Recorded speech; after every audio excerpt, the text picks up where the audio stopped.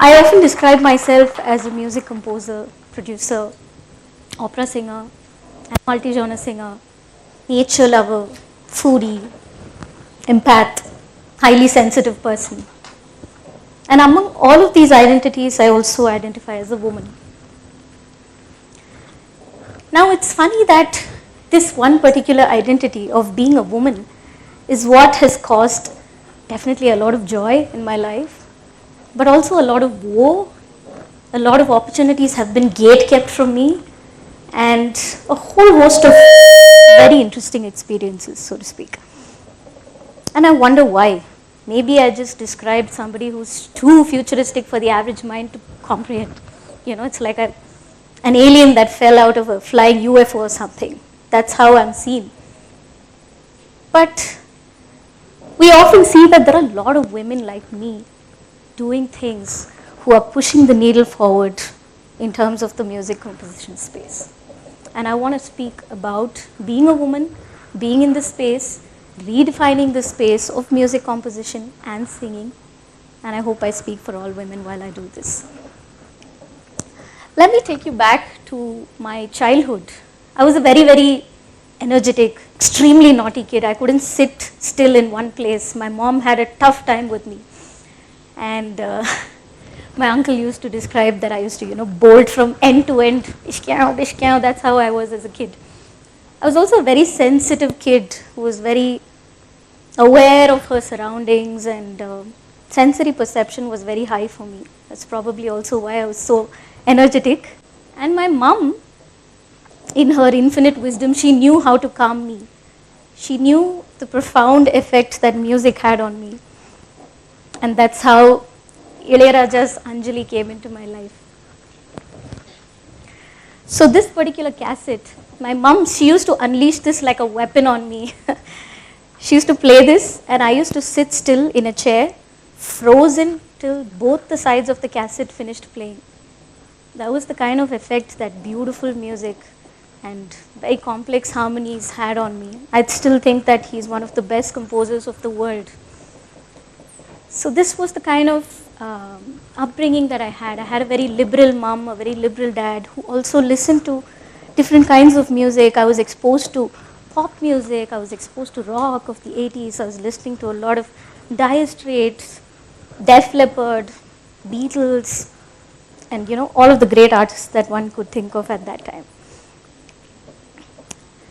Now, forwarding to my teenage years a bit. So we were not a family with a lot of great resources. So I used to have a humble stereo at my disposal, and I used to be very hungry for any music that came out new back then. I remember even buying a Dil Se cassette which came free for 2 toothpaste tubes. It was ridiculous. Some of the best music I heard came free with 2 paste tubes. And I remember playing these cassettes and listening to them with the coaxial woofers kind of glued to my ears, trying to listen to the minute nuances of music production and arrangement. And some of the best music I think came out of the South Indian film industry, particularly music of A.R. Rahman, music of Ilayaraja, music of Haris Jayaraj, and so many other greats. I would like to show a little demo of the slap bass technique that happened, was very popular back in the 90s and the 2000s. Can you hear that?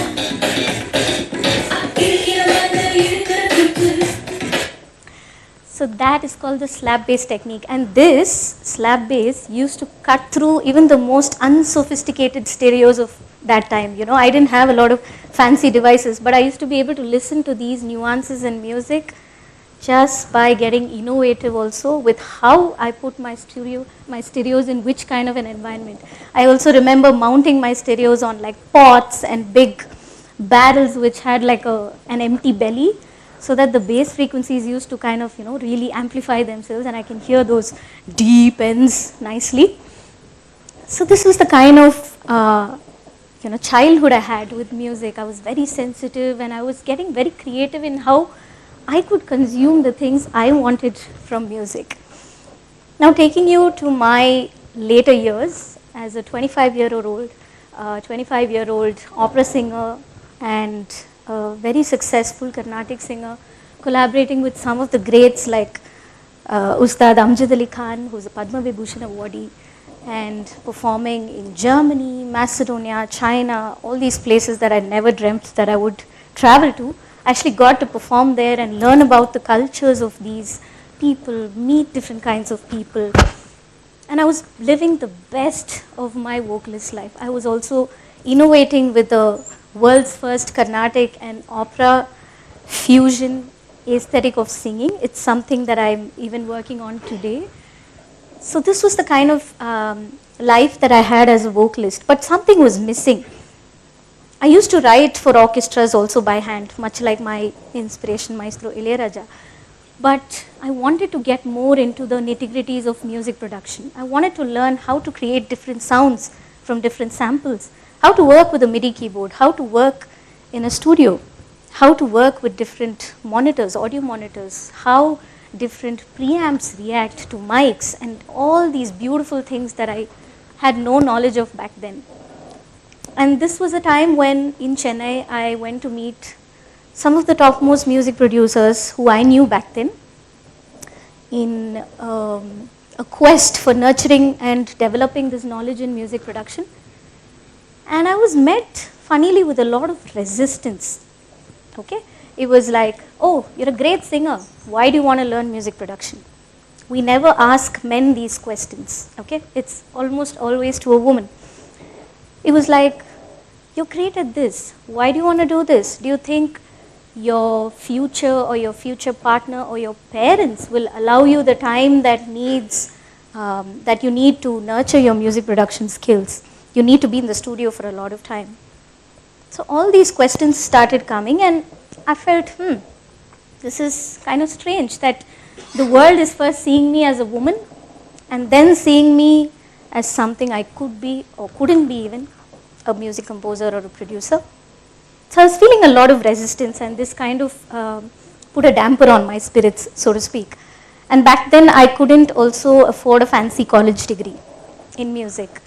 So what I did was I started teaching myself. I bought my first sound card, which is an audio interface used to connect your computer and your audio monitors, your speakers. I got a basic mic. I got some great headphones. I got some tones loaded onto my computer with the help of some good male counterparts, of course, I have to acknowledge them. And this is how I started off my journey in music production. I had to teach a lot of things to myself, not just because I was capable of doing so, but also that I had to do this. Thankfully, now this situation is changing with a lot of institutes opening up to women, with a lot of studios opening up to sharing their knowledge with women. I'm glad that this is changing now. And as a woman to be exploring all of these things, it also, taught me resilience. Being a woman makes you very resilient as a person. You're thrown so many challenges all your life, so you learn to become very creative in overcoming these challenges also. And I think this music, the resilience is reflected in the music of Saraswati Devi, Maria Anna Mozart, Rachel Portman, Billie Eilish. These are some of the best artists, best women composers one could think of. And I would like to also now take you into the journey of empathy in music and how womanhood is very inherently linked with empathy in music. Empathy is something that as women we are conditioned to learn in society. Often it's thrusted upon us. It's not something that is inherently gendered. Anybody can be empathetic, anybody can be emotionally mature. But it so happens that our journey as women tends to encourage us to learn these skills more deeply as compared to others. But the beauty of this is that the emotional literacy that empathy gives you, it plays such a huge part in music making, because what is empathy after all? It's just about understanding different feelings, understanding the perspective of others, understanding your own feelings. And music is nothing but a language which can transcend all these linguistic and cultural barriers, and we learn to express some of the deepest feelings that we have through music. And I think this is going to be a major shifting point in music with respect to how women see it. Because since we are societally conditioned a little more to be empathetic, I think what we bring into music is going to be something that the world is yet to hear. There are not enough women composers. I bet if I ask you in the audience, you can't think of even 3 at a stretch, right? But I think we'll be hearing more from these people. And this is a perspective and this is a part of the story that has not been told enough. And it will be told, and I think it's going to shift the landscape of music itself. We need more of these feelings. We need more of empathy in music. Some of the most transformative projects that I've been a part of have been the Firdaus Orchestra, which is an all-women orchestra of women from diverse backgrounds in Dubai. This was set up by Mr. A.R. Rahman, and the beauty of this is that it's different women coming together, you know, string players, brass players, horn players, a woman conductor, Monica Woodman, extremely talented woman, bringing together, you know, their musicality and reclaiming space. Can you imagine an all-women orchestra in the Middle East? This is something that is unheard of. So these kind of projects are really, really moving the needle forward. So that was me singing as part of the Tanveer Festival, which happened last November in Dubai. That actually happened in Maleha, the desert near Sharjah. And it featured some of the best women musicians of the world. Lisa Gerard, who was the voice of Gladiator by Hans Zimmer. We had Loa Kotla, who was the voice of Dune by Hans Zimmer. And then we had Rasha Risk, who is a tune celebrity icon there in the UAE. So it had such beautiful women coming together and bringing their own cultures. I, of course, brought my Carnatic and opera background to this. And we created some really, really beautiful music. And it was a really spectacular experience. And why I'm sharing all of this is because I think these global collaborations between women are really inspiring. And this is what is going to help and build a community that's very inclusive, that sees beyond gender, and that allows for a space where multiple ways of storytelling through music can be created. Isn't that what we all aspire to work towards? The Indo-Polish concert series that I was a part of, I definitely should mention this as well, because it saw together 160 musicians from different countries and ethnic musicians, singers, soloists, all kinds of people. And not just that, it was a place where we had community cooked dinners every day. So after our concerts, we used to be served a beautiful Polish dinner cooked by the local women of that community. So I want to really talk about that ecosystem also, how women are not just being a part of the music making process, but also in fostering a very hospitable community where artists feel welcomed. Here, even at TEDxSIBM, I felt so welcomed by all the amazing women. Hats off to them, and I want to acknowledge their presence and their contribution as well.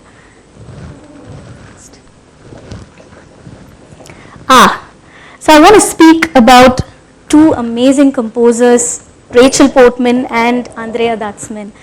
Pixar, incidentally, they hired a female composer for the first time to do the music of Inside Out 2. She was nominated for an Oscar through this, and she also recently won an award.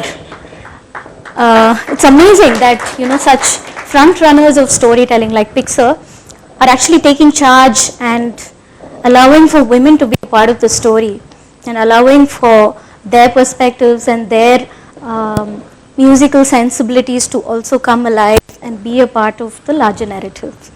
And Rachel Portman, she's my biggest inspiration, I would have to say, in the Hollywood music making space. She did the music for Duchess and some of the most emotional and beautiful scores I've heard through her. So this goes to saying, you know, how the emotional capabilities of women can really stand forth and bring something that for all of us is something very new to experience, and it's a part of the story that the world needs to hear definitely more. So when I speak about the female gaze in terms of reshaping the sonic fabric and reshaping musical sensibilities and spaces where music is made or practiced, I'm not just talking about women being there. It's more about making the space accessible to all kinds of genders and identities. So we need to see more LGBTQIA people, we need to see more agender people, we need to see more gender fluid people, we need to see more men, more women. All of these people coexisting in a space where they feel they are safe to express whatever they want to express in terms of politics or in terms of musical sensibilities or in terms of merely just sharing their life stories. And I think this is what makes us so beautiful. India is such a beautiful, diverse country, right, with so many cultures and languages. I think this is also inherently a part of that, and we need to encourage that more. We need to definitely put more money into it.